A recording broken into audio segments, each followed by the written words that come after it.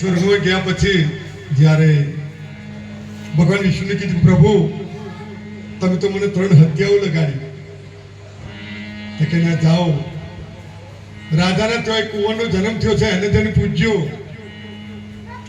પ્રભુ કે આ તઈને તો છોડી દીધે પાછો રાજા વાજાનો ઓદરો મને જેલ કરી દેશે જો આ ગુફા છૂટી તો જો જઈને પૂછ્યું એટલે કાઠું કામ ને રાજાને ત્યાં જઈને કદાચ કઈ કુંવરને થાય કઈ તો આ તું રાજા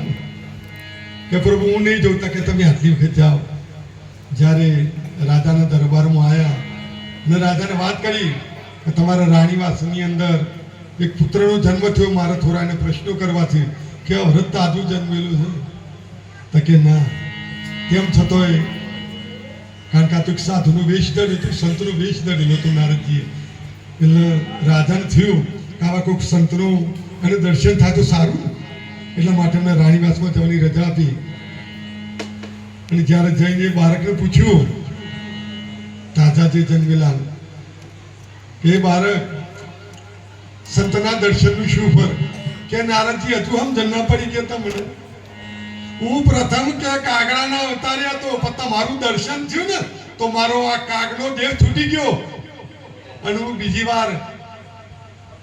બગનો અવતાર જે ધર્યો તો જો આયા તમે ત્યારે એ પણ મારો અવતાર છૂટી ગયો આ તમારા દર્શનનું ફળ છે કે મને તમે આખો દિવસ મારા કરશો નારાયણ નારાયણ નારાયણ આ સતના દર્શનનું ફળ છે પછી તમે માન સરોવરમાં આવ્યા અને માન સરોવરમાં મેં ત્રીજો દેહ અવતાર ધર્યો તે ત્રીજા દેહની અંદર તમે મને દર્શન આપ્યો એ પણ દેહ મારો છૂટી ગયો અને અત્યારે હું આ રાધાને ઘેર આવ્યો છું એટલે સંતનું દર્શન મહાપુરુષે કીધું સંત મિલન કો જાઈએ